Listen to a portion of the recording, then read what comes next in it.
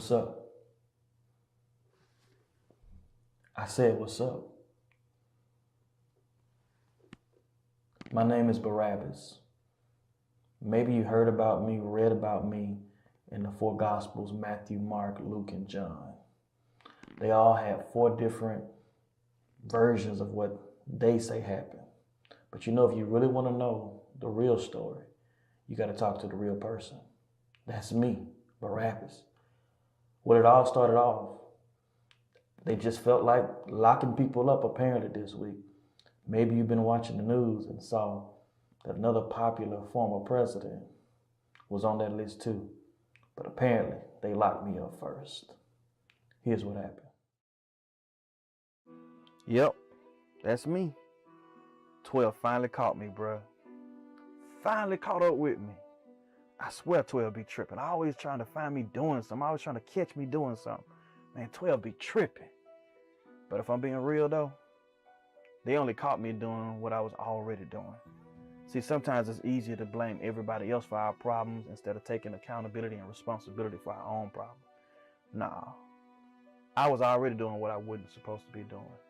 See, sometimes we try to place the blame everywhere else, but the truth is, we got to say to ourselves, this was my fault. I did this. Oh, y'all acting like y'all don't hear me talking to y'all. I know what it is because you so busy judging me based off this prison uniform and you seeing me in handcuffs. But before you take a moment and judge me, use my situation as a reflection of what could have happened in your situation. Don't act like I'm the only person that was doing some stuff that I wasn't supposed to be doing. Y'all hear me talking to y'all? You acting like you don't hear me talking. I know I got some people in person and also online that can say, I know I did some stuff I wasn't supposed to be doing. So when you see somebody that gets caught up, that ain't the time to gloat, that ain't the time to brag or laugh, but that's the time for you to be grateful, because it's not that you didn't get caught because you didn't do anything wrong. You didn't get caught because you just didn't get caught. But shh, wait a minute. Listen to this. So I got some good news for you. We've looked at everything, and the people have chose to pardon you instead of Jesus. Whoa, whoa, whoa, whoa, whoa, whoa, whoa, whoa. I know you lying. No, sir. They're going to pardon you instead of Jesus. Me? Yes, you. Are you serious? I'm serious. Bruh. On God, bruh. They are going to pardon you. They are pardoning me? Yes, they are. But Jesus ain't did nothing, bruh. Jesus has been found guilty. They're going to pardon you. Wait. You know my name Barabbas, right? I do. We know your name. Everyone knows your name. You're being pardoned.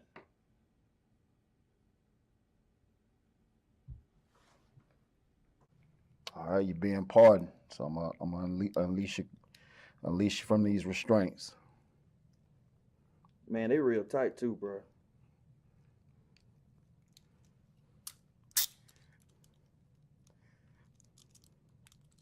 Once I get these off, I got a question for you though.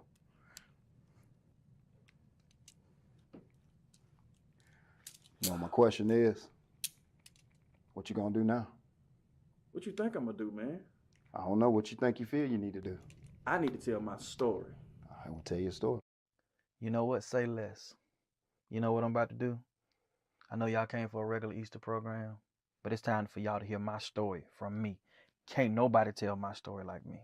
Here it is, the story of Barabbas.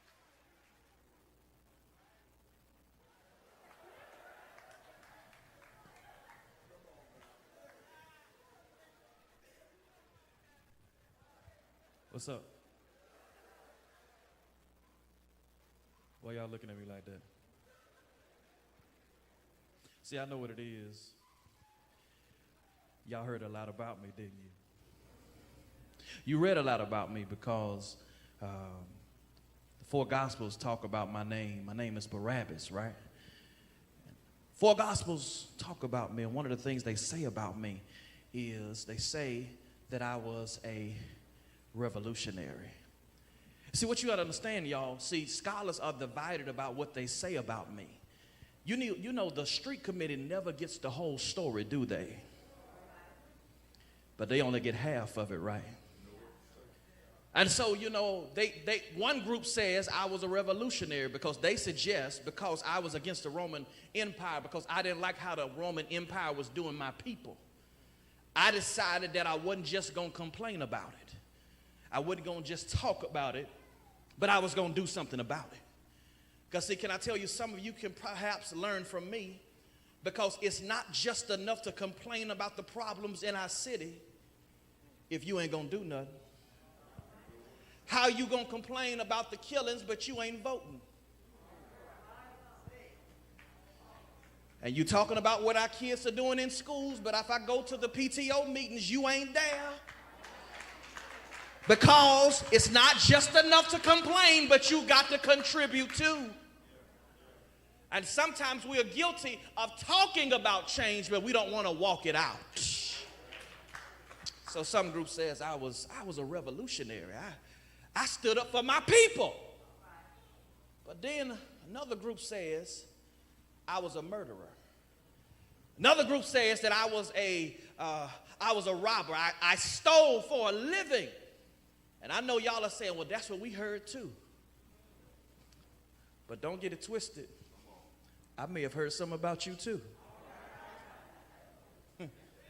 So, you know, we trip out because I see you looking at me with this orange jumpsuit on. And you up here judge and say, oh man, he should have got locked up because he's a criminal. You know what a criminal is, don't you? A criminal is a person who knows the rules but still do what they want to do. Y'all didn't get it. A criminal is somebody who knows right from wrong but decided that they're going to do their own thing. Well, if that's the profile for a criminal, sounds like I ain't the only one that need to be wearing orange today. Because I got some real people who can testify. You ain't in church on Easter Sunday because you followed all the rules. But I got some real people who can testify that you know that sometimes you didn't follow the rules. I know what it is. Y'all ain't gonna shout with me. You know what it is? Y'all Christians, y'all get on my nerves sometimes because y'all suffer from a condition called anointed amnesia.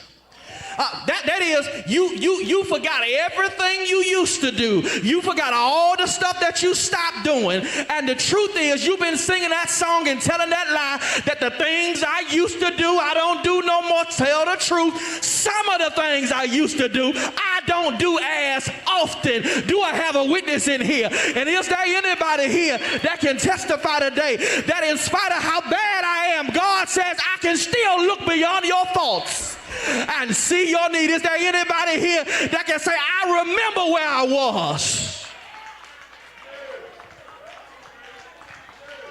That's why we can't judge people, because you're a criminal too.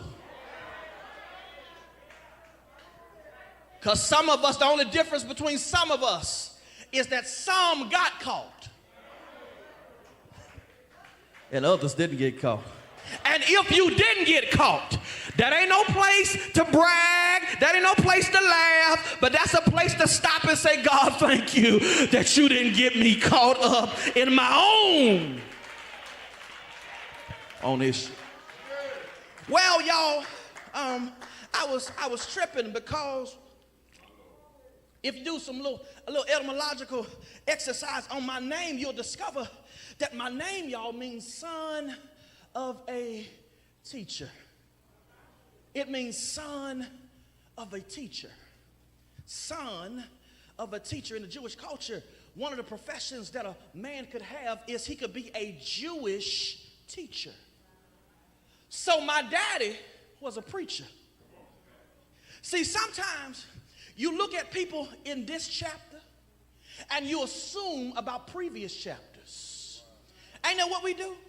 That we see people messed up today and we assume that they didn't have a mama that loved them, they didn't have a daddy that loved them, because we're always judging a book by one chapter. Do I have a witness in here? But is there anybody here that can testify that you can't judge me based on the chapter you saw me in? I may be down today, but look at somebody and say, that's just one chapter. Just one chapter. That's what I am, y'all. I'm just in a bad chapter.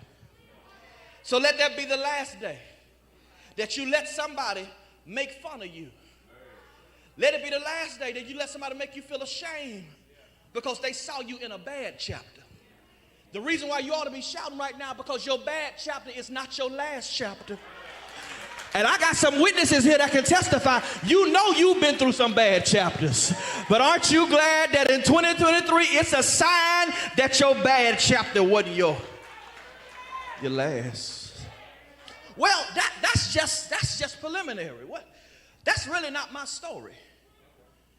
My real story was the day that I had the privilege to share a jail cell with Jesus. Reverend Jackson, that's my story.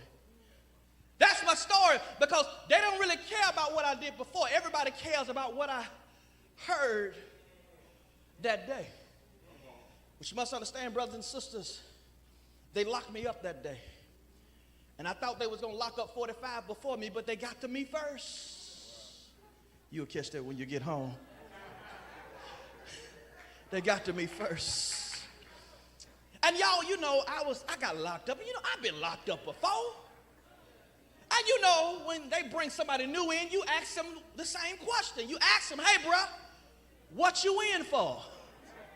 I wish I had some help in here. I said, hey, man, what you in here for? He says, man, you know what? I'm in here for healing the sick. Jesus said, I'm in here for raising the dead. I'm in here for opening blinded eyes on the Sabbath. He said the reason why they mad at me is because they are about religion.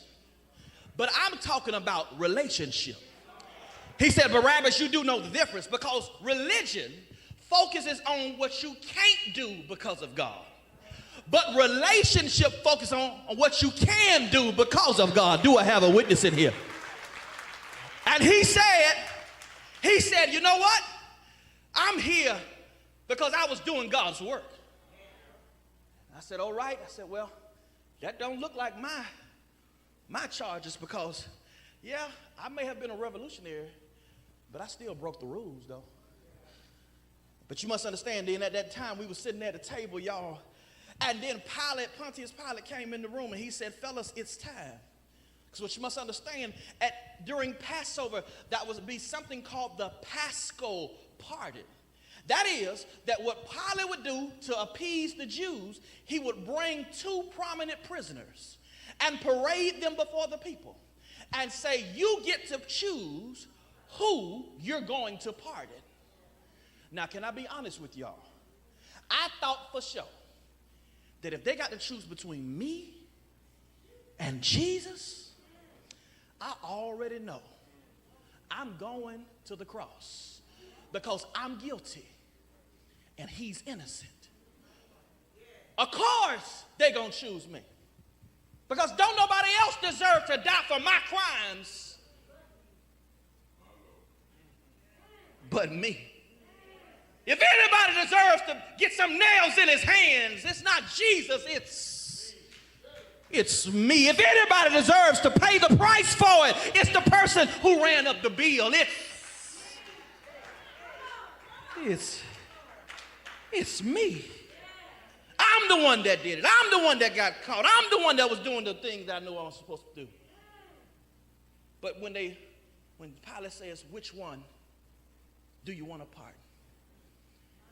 Believe it or not, as innocent as he was, those people said, give us Barabbas. Don't you understand? That man is innocent. That man ain't done nothing wrong.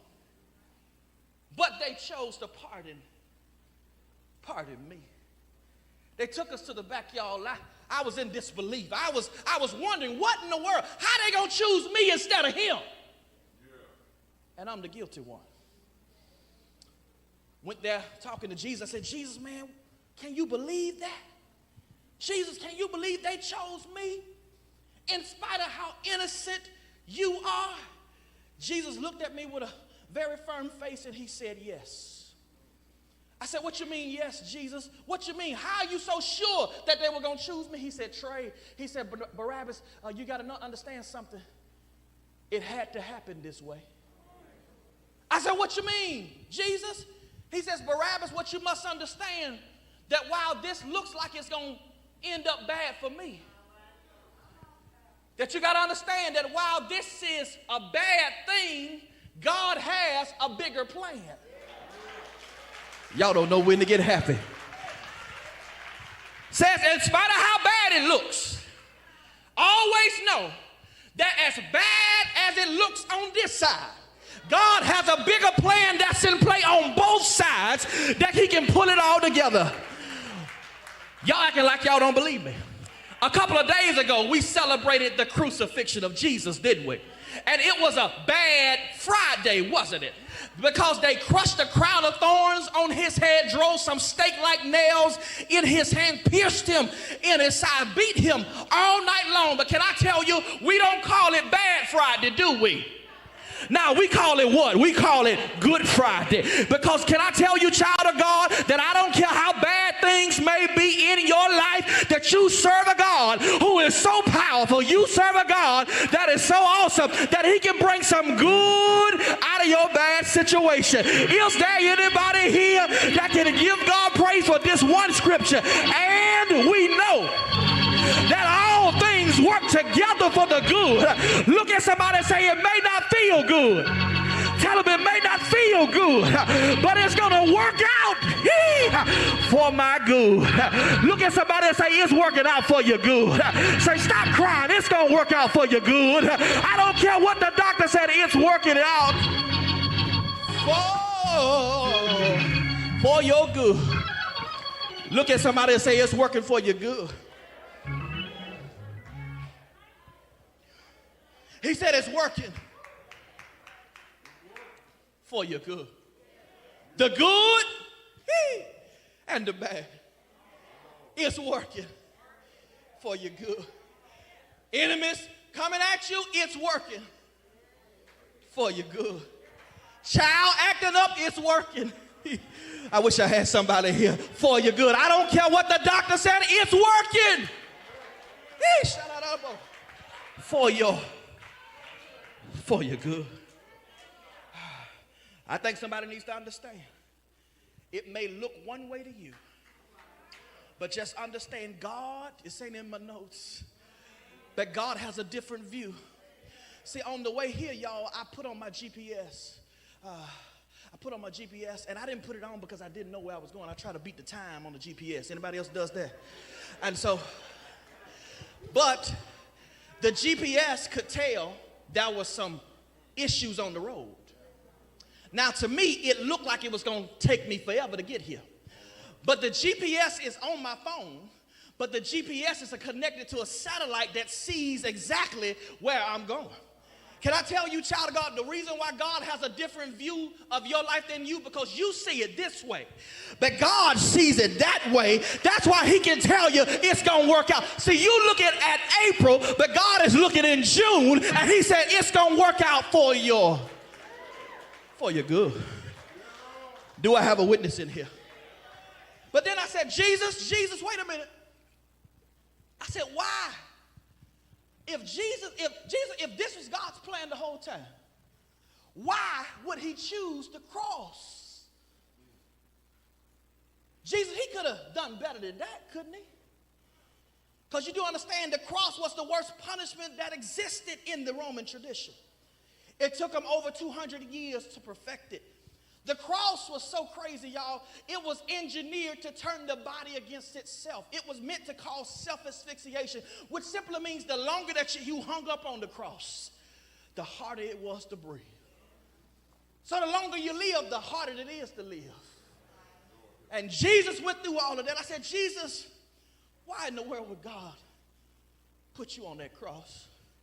Jesus said to me, Barabbas, the reason why I had to get on that cross is because the cross was my way of building a bridge between man and God. Y'all looking like y'all need me to explain it to you. In Genesis, y'all, ever since Genesis, ever since the Adamic fall, ever since Adam ate of that forbidden fruit, man has been separated from God. That's why God started asking Adam, where are you? He said, I hid myself because I was naked. Then God says these words, who told you that you were naked? There's been a separation since Genesis, y'all. And now, since Genesis, God has had a dilemma on his hands. Because of the Jewish law, he wants to sentence us to death. But because he loves us so much, he wants to save us. The law says sentence us, and his love says save us. And so God has a dilemma on his hand, y'all. Because he looked through the Old Testament prophets and the kings and tried to find somebody who could pay the price for it. And he discovered that after David, after Samson, after Moses, after Abraham, nobody could pay the bill. So God has a dilemma, y'all, because he needs somebody who is man enough to owe the bill, but God enough to pay the tab. Church folk don't know when to shout. God needs somebody who is man enough to owe the bill, but God enough to pay the bill. So, since he couldn't call on anybody else, he looked at his son and said, son, why don't you come here? And Jesus said, I came to pay the price for your sin. And can I tell you something? Maybe you can't shout. You can't shout for new cars and a new boo and a new job, but you can shout that he sent his son to die on the cross for you. Do I have a witness in here? Because you do understand what Jesus did that day, don't you?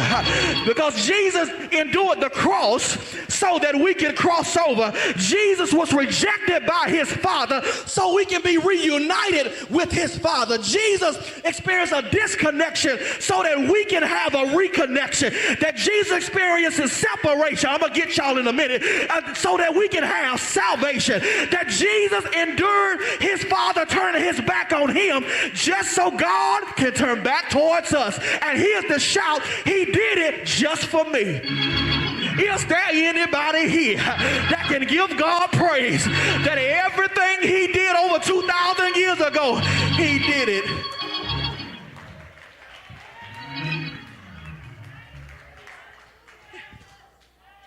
I said, Jesus, wait a minute, Jesus, you did all of that for me? He said, oh no, Barabbas, I ain't do it for you.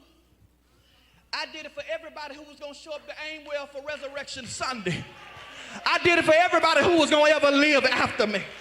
He said, I paid the price just for you. And can I tell you, we ought to take about 5 seconds and give God this praise just for me. That God did it just for me. Do I have a witness in here? Look at somebody and say, just for me. With my cussing self, just for me. With my freaky self, just for me. With my drinking self, just for me. With my high self, just for me. With my lying self, just. Is there anybody here that can say that he should have did it, but somebody can shout that he did it in spite of you?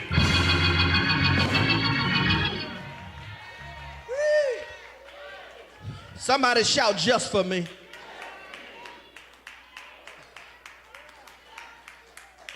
Can I tell you a reason why you should never take your life? Because Jesus already gave his life. And I felt that in my spirit. Somebody came here struggling with suicide. The devil is a lie. Listen, baby, he already died for it. So you ain't got a reason to die for it. Look at somebody and say, live. Live.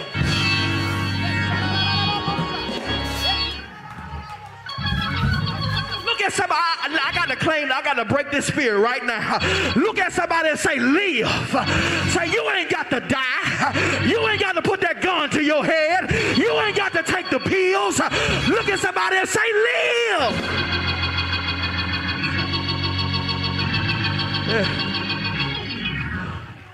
Live.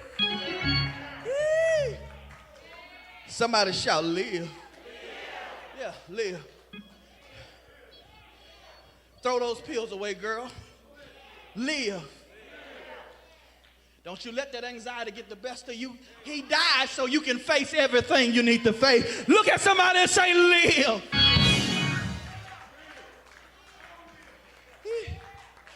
Thank you, Holy Ghost. Somebody shout, live. But y'all, here's the last thing, y'all. I'm out of here. I said, y'all, I said, Jesus, now I got it. You did it for us. So Jesus, here's my last issue. Jesus, if they put you on that cross, it's gonna hurt. It's gonna be a lot of pain. I said, Jesus, and I don't know if you know this or not, but if they put you on that cross is gonna make you bleed. I said, Jesus, if they take you this way, if they hung you, you wouldn't bleed. If they did anything else, you wouldn't bleed. But Jesus, if they take you out this way, you're gonna have to bleed. Jesus said to me, Barabbas, he put his hands on his hip and said, Barabbas, that's the whole point. I said, what you mean, Jesus? He says, if there be no shedding of blood, there'll be no remission of sin. And can I tell you, some of y'all ought to be giving God praise right there. Because let me ask you a question, what can wash away my sin? What can make me whole again? I wish I had a real church that can holler, nothing but the blood of Jesus. What you mean, Barabbas? Because it reaches to the highest mountain. I wish I had somebody that felt like having church today. I said it reaches to the highest mountain. It flows to the lowest valley. And his blood shall give me strength from day to day. If my grandmama here, she would say, I know it was the blood. I know it was the blood that was shed for me. One day when I was lost, Jesus did what? I said, Jesus did what? On the cross. And I know it was the blood for me. I got to get out of here, y'all. Can I tell you what the blood did for me? Here's the catch, y'all. Don't forget, because I got pardoned, it didn't mean I'm guilty. I'm not guilty. It just means I'm forgiven.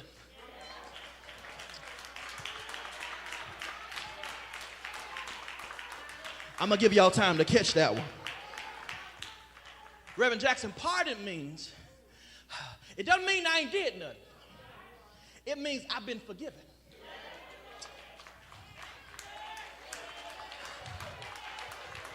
I've discovered, y'all, that we ought to have this theme every day of our life.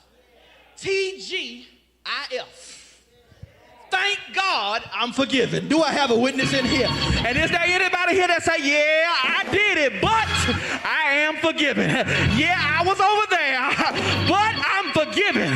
Is there anybody here that say, this next shout is not for the innocent people, but this next shout is for the guilty people that can testify that no matter what I did, God has forgiven. Here it is. I'm done. Happy Resurrection Day to y'all. See y'all next time. But y'all, the kids got up here giving their speeches. And I heard them. I was in lockup, but I heard them. And you know, they know I was coming today. And ain't nobody ever asked me, Barabbas, do you want an Easter speech? Ain't nobody ever asked me. Minister Rogers, you ain't say nothing to Barabbas. All you had to say is, Barabbas, give us an Easter speech. Well, since y'all didn't ask me, I got a one-line Easter speech. Because I've been talking for about 24 minutes, 58 seconds and counting. And I have not told you the title of the message. Now, I only tell you if y'all promise we're going to take it up on a Sunday. Y'all ready? Are y'all ready? Here's my Easter speech. Here's the title. Grace took my place. I'm going to try it one more time. Let's go to C sharp. I said, grace took my place. I've got to get out of here now, but I feel like preaching. Let Pastor Trey come back. And is there anybody here?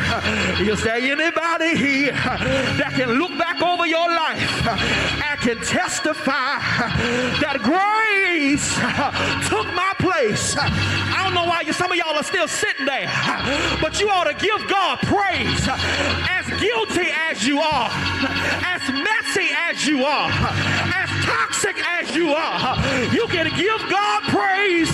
You can give God glory. That grace took my place. Yes. But is there anybody here that can say, I came to church to give God praise? I came to church to give God glory because grace took my place. Do I have a witness in here? Grace, hey, took my place. Oh, I said grace took my place. Y'all got to excuse me. I just had a flashback of all the stuff I've done. I just had a flashback all the stuff that I did. But can I tell you why I'm still preaching? It ain't because I'm clean. It ain't because I'm so good. It ain't because I ain't did some stuff I should have done. But grace took my place. And don't look at me funny. The rest of y'all got some dirt. The rest of y'all got some issues. But is there anybody here? Is there anybody here that can give God praise for grace? I said grace took my place. Yes, grace. I said it took my place. I don't care what you did. Grace took your place. Do I have a witness in here? Would y'all help me preach it? If you ain't too mean, would you look at somebody and say, neighbor, I believe that Easter is over and I'll see y'all when I see you. Peace. But is there anybody here that can take about 10 seconds and give God praise, give God glory, give God honor that grace took your place?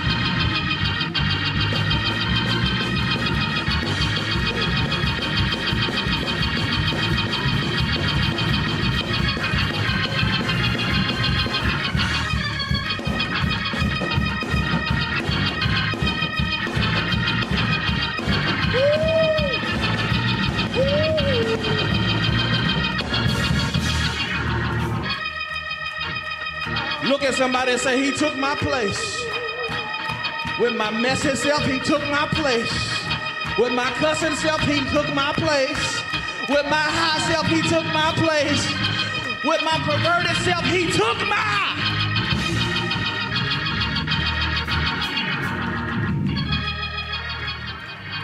place. Took my place.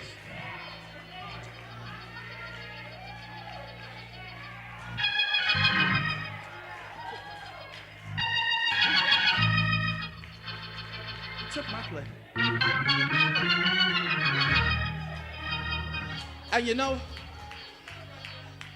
I'm going to say it again. Is there ever a Sunday that nobody should have to beg you to give God praise? It's the Sunday that's a reminder that he took your place. If you received that word, put those hands together today.